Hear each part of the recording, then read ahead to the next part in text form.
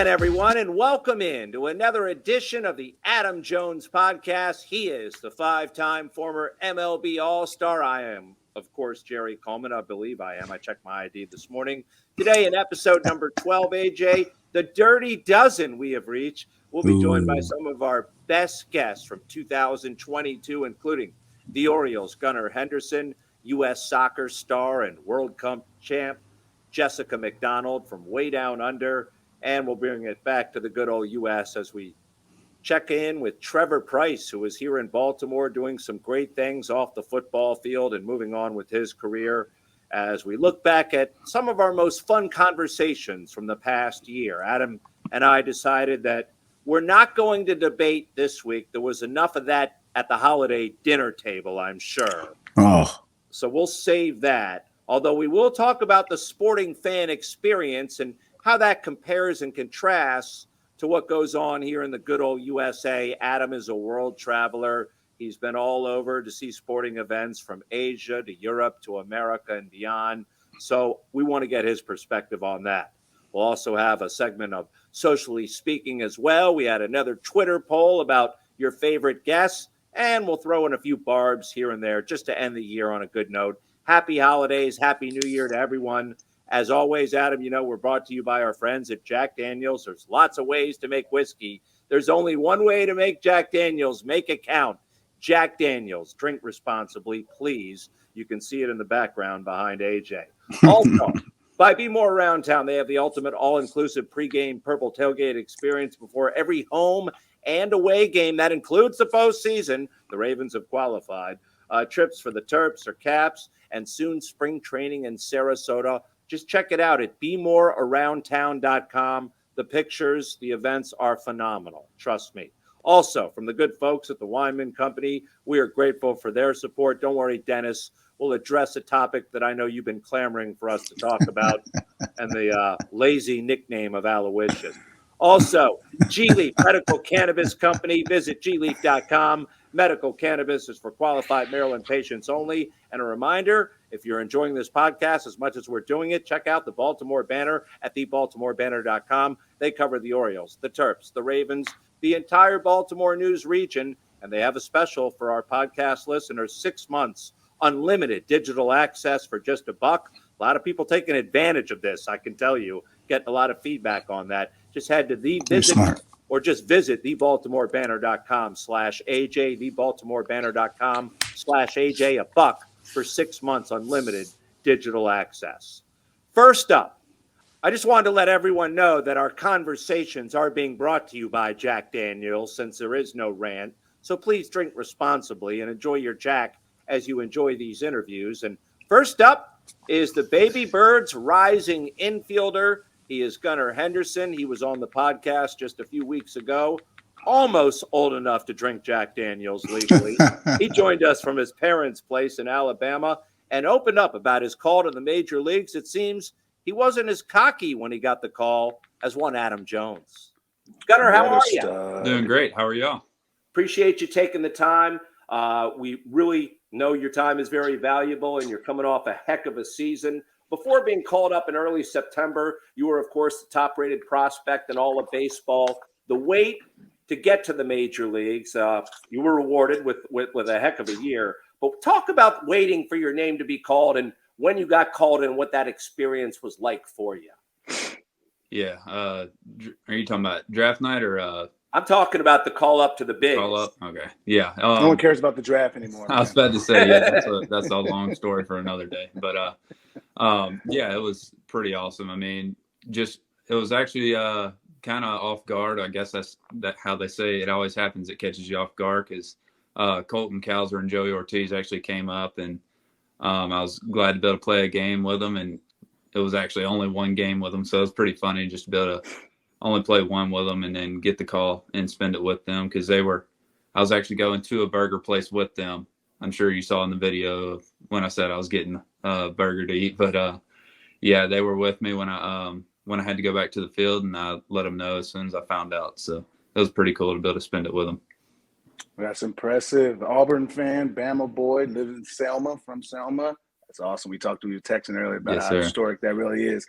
I mean, I looked up your minor league numbers, and obviously, I mean, knowing who you are, you absolutely raked. And I raked a little bit in the minors too. There has to be a point where you're hitting, and obviously, the noise, your social media, you hear it. It's just it is what it is. But there has to be a point where you're like, well, damn, I know I'm young, but I don't need to be here no more. There has to be a point that creeps in your head because your numbers are too good. Now, if you're 250, 260, middle of the road, okay, I get that. It's like, okay, I may need more at bats, may need to go to winter ball. You're talking uppers to mid threes with like OPS of 1,000. Like that means like I need to keep going. And I mean, hitting a home run your first at bat, like just take me through that minor league experience where you're raking, just like, and be a little cocky though. I need you to be a little cocky. Like I need you to be a little cocky because I was a little bit too, but obviously the right way, the proper way. Be a little cocky and be like, look, when I'm raking, like call me up a week earlier, call me up 2 weeks earlier at the All-Star break when I first seen you. Should have went straight to Baltimore. You know what I mean? Yeah, that's hard for me to do. I've never grown or been that way, but I mean, I will say like you go through the minor leagues for the experiences and stuff, and I felt like it was probably 2 or 3 weeks we were in Rochester, New York, and it was about that time that somebody did the fake Orioles page and said that I was getting called up. So my phone was just getting blown up and I wasn't getting called up. So it was like I had to go through that experience of having to play with that type of, I guess, pressure in a sense. I was actually going to a burger place with them. I'm sure you saw in the video when I said I was getting a burger to eat, but yeah, they were with me when I had to go back to the field, and I let them know as soon as I found out. So it was pretty cool to be able to spend it with them. Honestly, before the season, I actually did it before my very first pro season. I went and got a blood work test to just see what I'm deficient in. So I would take like specific vitamins that are conjured to me. And my dad kind of set it up, and I would do that before spring training both years, and I would take those throughout the year. And honestly, I felt like I could go play about 30, 40 more. Like my body felt great throughout the whole year, and a testament to the strength staff for the Orioles of preparing me before each and every game. So, and helping set up the right workouts and just put my body in the right position. So I felt like that, being able to do that every year and just, like you said, staying healthy throughout the year. That's the best way to go about it because best ability is availability. No, I mean, outside of like some of the older guys who I developed a relationship with, like throughout the, I guess, 30 some games that I played, I was able to spend a good amount of time with a lot of those guys at the alt site in 20. So I felt like I was able to have a good relationship already in there. So it made the transition up to the big league level a lot easier and made it a lot more comfortable for me.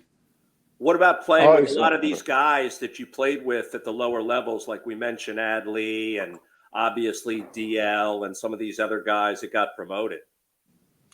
I mean, yeah, just being able, like, because when I first got to pro ball, Adley was my very first roommate. So just being able to start the relationship that early with him was really special, and just seeing it, because I was freshly turned 18 at the time, and just being able to see how he went to work through the college side of things and just see how his routine was pretty awesome to be able to experience that.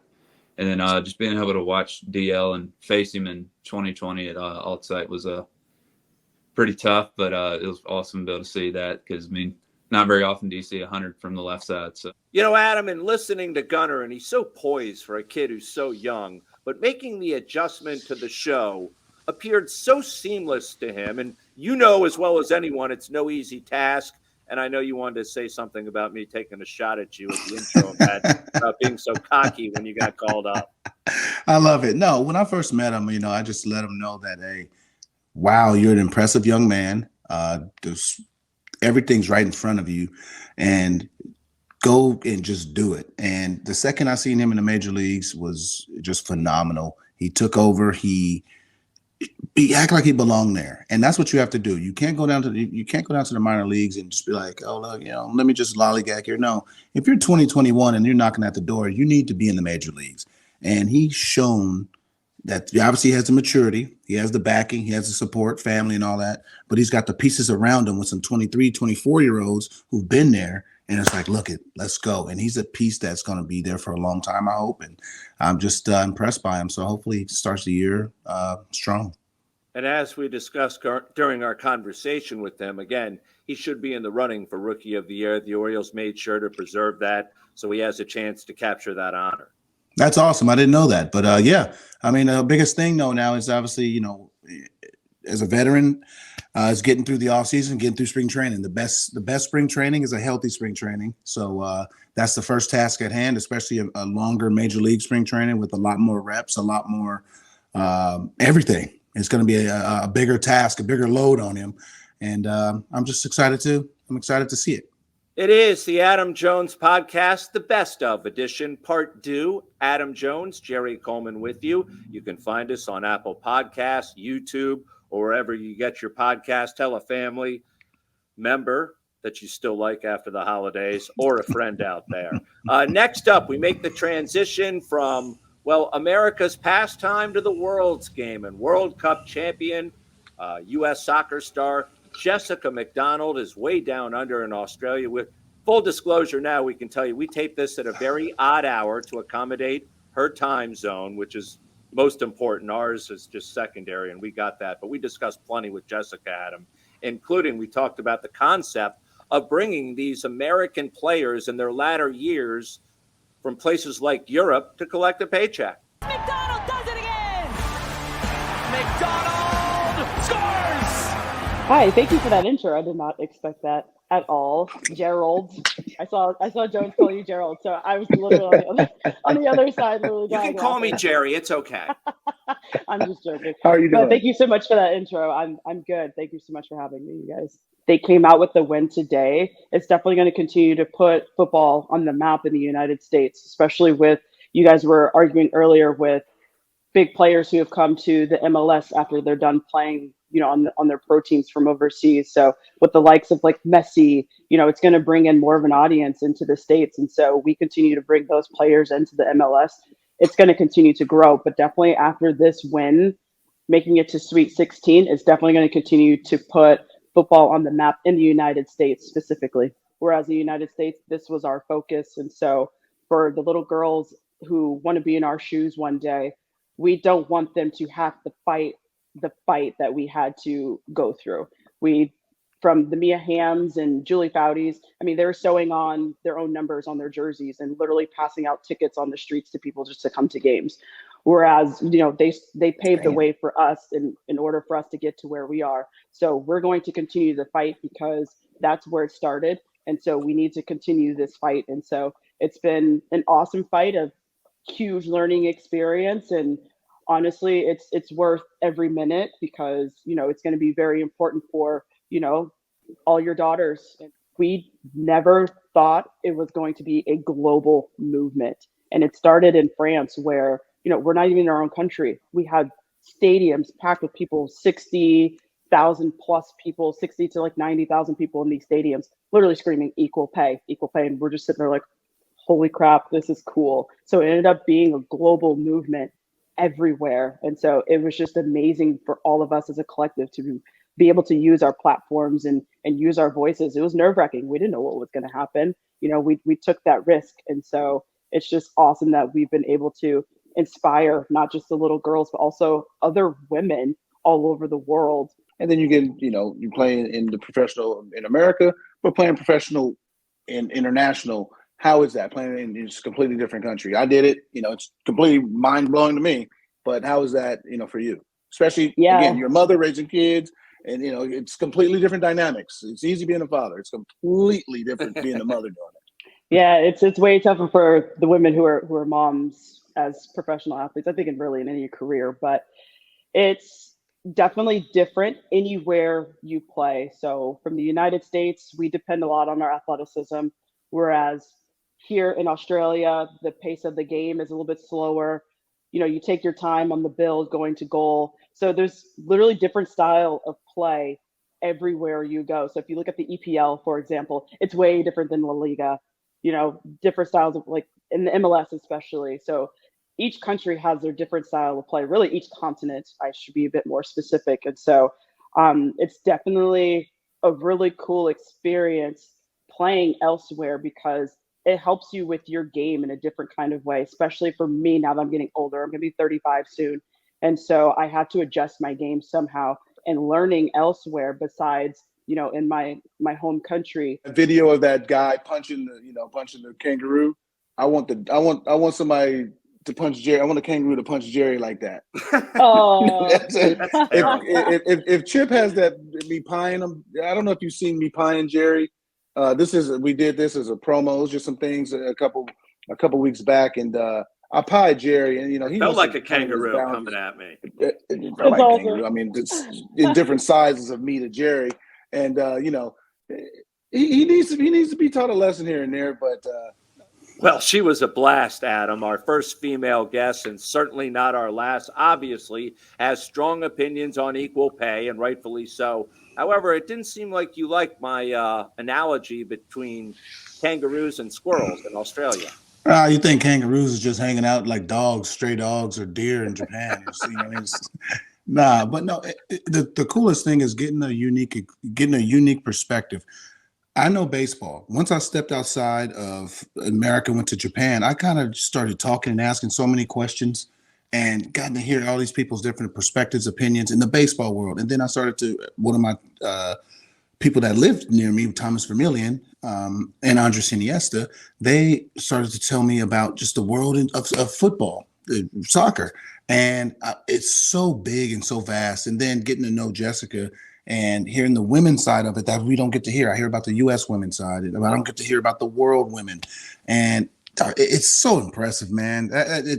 You live in America, everything is so small, to be honest with you. Everything is small when you live in America. You don't really think about how big this world is and this game is. And it's such a bigger world than the United States of America. That's why I always say step out of the United States in your comfort zone, because it's such a beautiful place, and you got to see it. It will definitely change your perspective. And I think that's why Doha's opening up. I think it was the biggest thing for them to get the World Cup. Say what you want about human rights.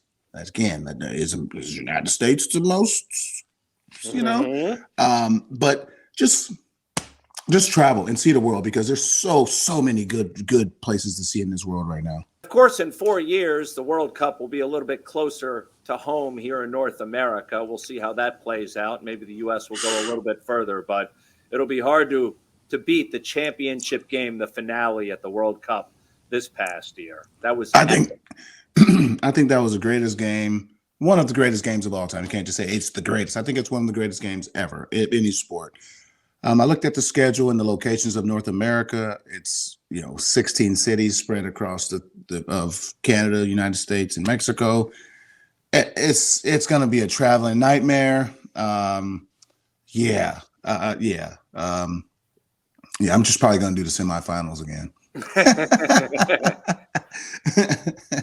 All right, a reminder, our best conversations are being sponsored by the good folks over at the Weinman Company. And I know Dennis Weinman, friend of the podcast, is curious about where the nickname Aloysius came from.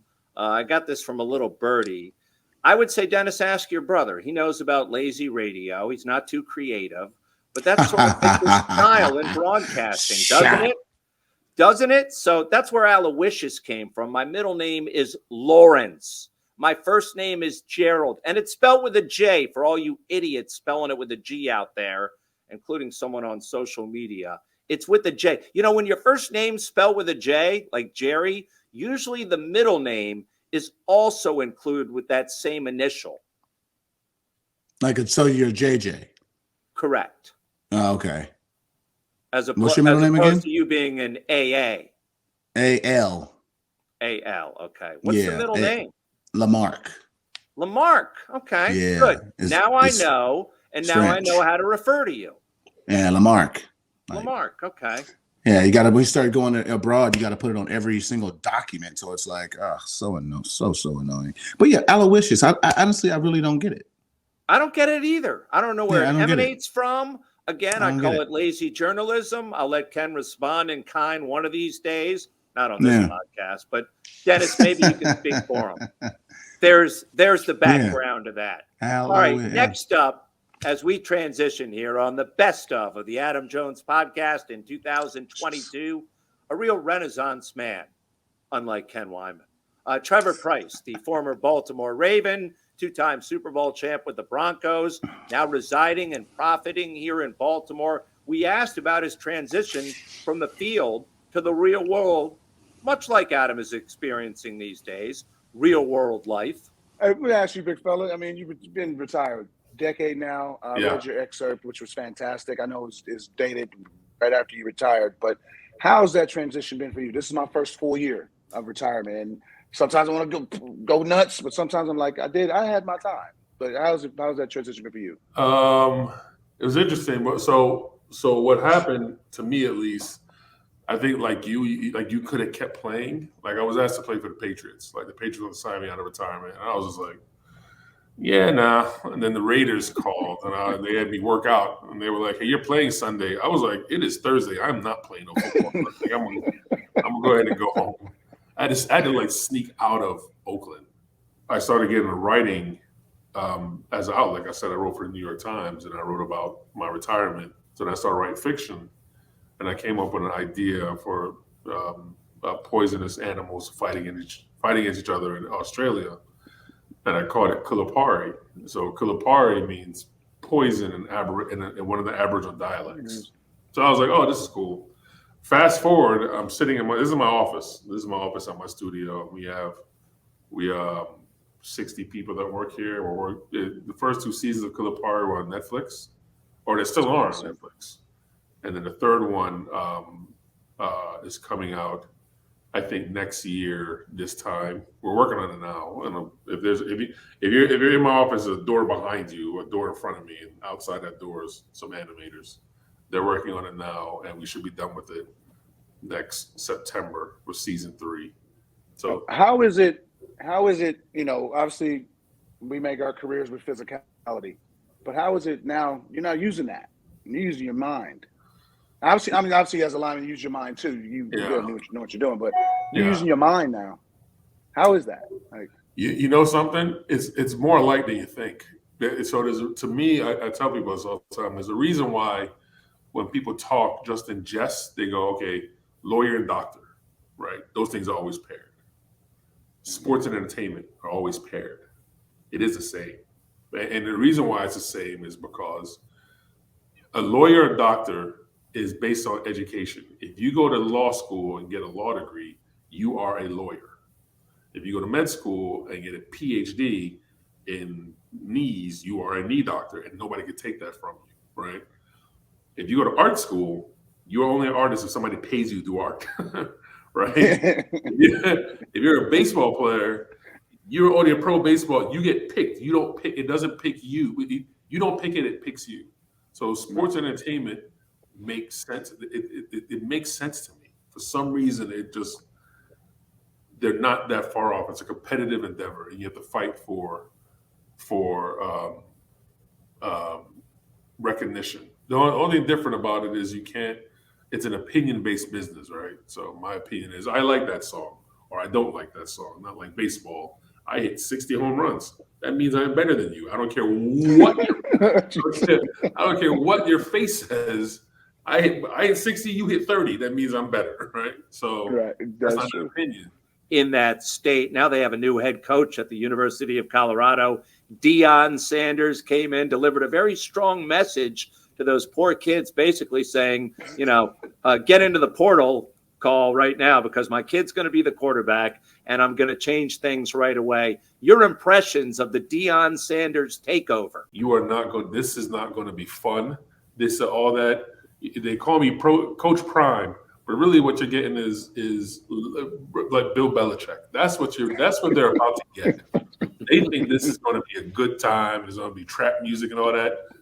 It's not. It is going to be everything but that. And it's just the fear on their faces when the tone changed. He didn't come in there and say, "Hey guys, I'm glad to be here." He said, "This stops today." I'm like, holy! Like I love a good. That is a story because that is calculated, right? He calculates that, and that's what makes him so good. And the transfer portal stuff, all that stuff is, that needs to be said. But it wasn't, hey guys, we are going to turn this thing around. It was like, no. I'm going to make he's going to make their lives hell. He has to have somebody to represent when it comes to that kind of money, right? Your rookie deal is slotted, so you don't need an agent. You don't need one. Where you're picked, you know how much money you're going to get. It's not going to change. This he should have got. I think he should have gotten somebody to do it. It's 3% of $200 million. I mean, come on, man. You know what I mean? So that's what I believe should have happened. And now I don't know what's going to happen. My guess, my 500-foot guess. I don't know the man. I don't know. My guess is he wants out. That's my guess. I think he wants out.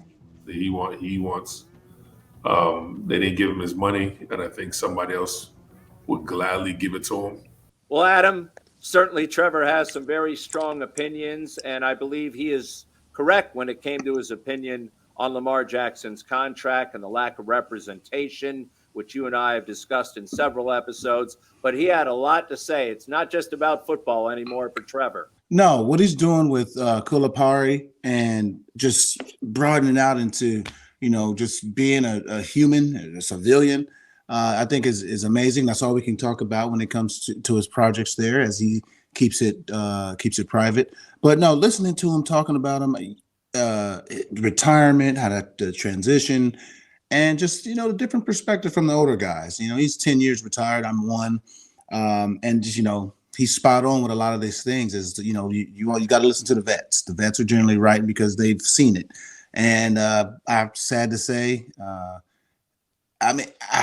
you might be correct about Lamar's situation. I still think he's going to get his money in franchise tagged, as salary, but he might. Will he be a Raven for life? Like he might not like be Ray there. Lewis and Jonathan Ogden. If you're going to guess right now. If I felt to guess right now, I'd be like Two-Face. I have to flip a coin and go with what it says. Okay, fair enough. It was at the beginning of the season is, of course. I think he's going to be here the next 10 years, at least 7. Let me give you a strong opinion. He will not finish his career in Baltimore. Yeah. And the people are talking about the Jets and Dolphins, maybe. Yeah. But that's sports. That's why it's business. And at the end of the day, guess what could happen? A deal can always get struck. Sure. Absolutely.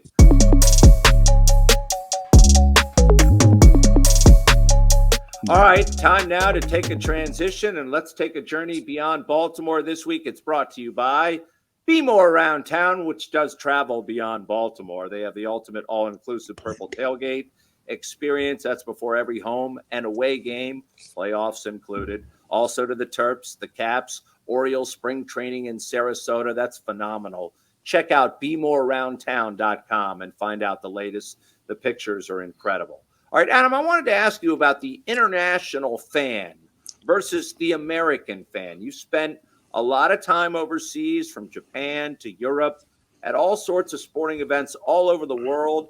And I want to know about some of the comparisons and some of the contrast between the American fan and the European or Asian fan, whether it be behavior, the way they view the game, the noise level, etc. Your impressions.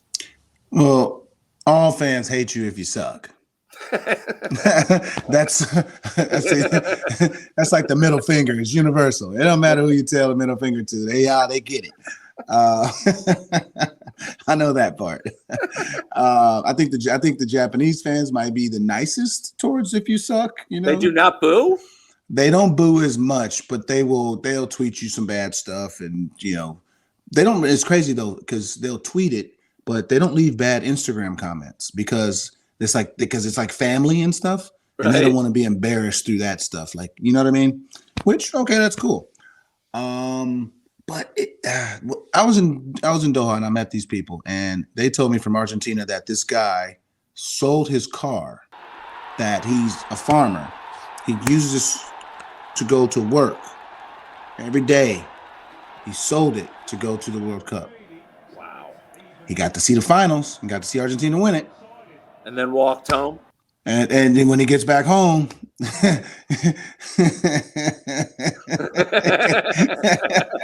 That's what it's going to be doing. But I just think it's just of course, I appreciate the American fan. I mean, the American fans are amazing. It's basketball, football, baseball. Obviously, the hockey fans. It's just it's just different. It's just on a different scale. I mean, I went to the World Cup. The World Cup is a lot different than a city versus a city. It's the Olympics of a sport. So but I've also gone to the Barcelona games, and I've gone to some other games along the cities up here. They are nuts about their fans, and it's not like when Cleveland faces Detroit, when it's like ain't nobody at the game. San Diego right now versus the Dodgers versus the Giants, Mets, Yankees, Boston Yankees, when they just truly hate each other like cities because we just don't like each other as a city. And what I mean? That's how every game is here. Like even the smallest game, which you don't think about, is like that. But if you got Tampa versus the Marlins, people sunbathing. You got the older ladies wearing those shirts with the bikinis and all that kind of stuff. You know what I mean? It's a completely different environment. Every game is like magnified and intense. It's like every game is a football game in America. Like every game is like that. I don't even know the schedule, but it's just different. And they section them off, so you can't sit a Yankees next to a Red Sox fan. They section off the other fans, and they sit with themselves so that they don't fight. And it's like security. It's different. It's a different environment, and that is different. I appreciated both, but what I like more about the American stadiums is that they got the booze. Okay, over here they got, if they do have booze in it, it's in plastic bottles. And you only can drink it on the concourse. So you better drink quick during intermission or come drunk. A lot of guzzling and shots in the concourse. Quick and a long line. So it's just different. But I think people need to go see sports outside of the United States and just get an appreciation for it. Especially everybody has seen this World Cup, paid attention to this World Cup, love this World Cup, I believe. If people get a chance to travel, base your travel on and trying to find a game that is maybe near around it, because if you're going to London has 5 level A teams in the Premier League. Somebody's home. Somebody's playing. So there's always a game. Somebody's there. So try and find a game if you can. If you're traveling to Paris, try and find a game. There's teams around there also, not just PSG, but just try and find a game. It's really cool. Barcelona has 2 teams. You only hear of FC Barcelona, but they have Espola. Not a big team, but really nice ass stadium. I'll tell you that. And smaller, 45,000 stadium, a lot easier tickets, maybe 20 minutes further, but tickets are, €30 opposed to €130 for sitting way up deck at Camp Nou. Now, I got to ask you, among your world travels, do you ever get confused for someone else? I know there's another Adam Jones out there. In fact, I won't mention the name, but there was a member of the Ravens who may or may not have been the head coach. When I asked him to come on the podcast, he goes, "You're doing a podcast with Pac-Man?" I mean, I've gotten that a couple of times, but out here, not really. Obviously, by my incidents with the Canadian folks up there, the Mounties. They stopped me a couple of times, but I got to learn. Jones is Welsh. Adam is a very British name, a European name also, but also Adam's a very Muslim name, which I didn't know. I did not know that. And I was in an Uber the other day, and the guy was like, "Your name's Adam?" He's like, "Yeah." He's like, "That's a very Muslim name." I'm like, "Oh, wow." Because I'm thinking Muhammad and Abdul and just other Muslim names. And he's like, "No, Adam is a very Muslim name." I'm like, "Oh, well, I'm thinking back. That's probably why they're stopping me over here. You know what I mean? They probably like, how I'm coming with the Major League Baseball team. Bring it back full circle to Canada real quickly. Okay. Go ahead. Well, yeah, obviously, being mistaken in Canada, I still don't understand how. I don't understand how or why. Fill us in on that if you can, the nutshell version. Oh, goodness. I'm a 6'3" black dude coming through Canada. My name is synonymous with, obviously Pac-Man Jones at the time. Was going through a few of his different law episodes. There you go. He was going through some stuff, and I don't know if it was that. I don't know what triggered it towards me. All I know is that every time we went through, 3 times we went through the border in Canada, I was stopped, and I'm like, what the heck? And they, stopped me for a few hours just to get $200. And they're like, well, and it was a time where a misdemeanor turned into a felony. So it was really hard for some players to get in there. A lot of people were like, oh, a guy's going on the DL. Nah, if you go back, a lot of people had misdemeanors and their asses couldn't get in because it turned into a felony. But I had neither. But I think it's just a mistaken identity a couple of times. But when I'm out here in Europe, I'm like a big black dude. So it's like a second look of like, you do something. I definitely don't know who the hell you are right out of your face. Trust me. But you play the sport at something, and it's generally basketball. And I'm like, yep. Where'd you play at? High school. I don't give them no details on me. I don't tell them about what's going on with me. I don't know you. How you doing? High school. Rec league. Exactly. AAU, baby. Hey, I just met you, and this is crazy, but here's my number. All right, let's wrap things up with another edition of Socially Speaking. Again, you can find us all over social media, folks, at Adam Jones Pod. That's at Adam Jones Pod. That's on Instagram, Facebook, and Twitter. And it's very simple for our email address. We had it screwed up the first 3 times, but I believe we have it right. theadamjonespod@gmail.com. I'm sure Chip will show that on the screen. theadamjonespod@gmail.com for those of you watching on YouTube. And again, at Adam Jones Pod on Twitter, Facebook, or Instagram. So we took a Twitter poll this week, and we asked you out there, and it was kind of apropos considering we're doing a best of, who was your favorite guest among our, first 10 or 11 guests we've had on the Adam Jones podcast? And we're going to post the results right now. But basically, it came down to, should I go worst to first? Yeah. I guess I should. This doesn't make sense to me. Right. Brandon Hyde received only 10% of the vote. Skipper, huh? Yeah, I don't get that. I mean, skippers Dan Duquette finished ahead of him at 16%. That's what I don't get. I think there's a lot of people that follow us and follow me. I have came with my following as I'm older, and I came with Dan. So, and I just think a lot of people really wanted to hear what the hell Dan Duquette had to say. I think a lot of people really want to hear Duquette, and they want to hear. I think they want to, if they can sit Duquette and Showalter in the same room, I think people would pay, that'd be like pay-per-view. Absolutely. I did get a lot of feedback on both of those conversations, Hyde and Duquette. Yeah. Third in the balloting was Justin Tucker, and deservedly awesome. So. Oh, yeah. At 23%, just over 150 people voted in this poll. 51% would have been more people voting had you retweeted it, by the way. You didn't tell me. Sorry about that. I can't see every tweet. A lot of tweets, man. I need to do better. I need to be better. Follow the Adam Jones Pod. It's your podcast. Yeah. Number one, by far, 51% of the vote was Trey Mancini. And just go first off, how you feeling overall before we get into it? How you feeling in your personal health? Great. Feeling great. Obviously still kind of on a high right now from every, thing that happened the last few days. Oh, okay. Boom, boom. Still a fan favorite. Oh, fan favorite. And one of our favorites, just a great human. And he just got married. Congratulations. Got a beautiful bride. Lucky. Yes. Pop out some kids and have a beautiful life, man. Get a contract somewhere, and you got your championship. Now just create your legacy. Find a team and keep playing ball and enjoying life. As long as you can. Play as long as you can. And the wife. 100%. All right, that about does it for another episode. The best of, if you will. Do want to thank our sponsors as always. They include Jack Daniels. There's lots of ways to make whiskey. There's only one way to make Jack Daniels. Make it count and drink responsibly, please. Jack Daniels. By Be More Around Town, they have the ultimate all-inclusive pregame purple tailgate experience. Also trips to the Caps and the Terps and spring training. BeMoreAroundTown.com is the place to go.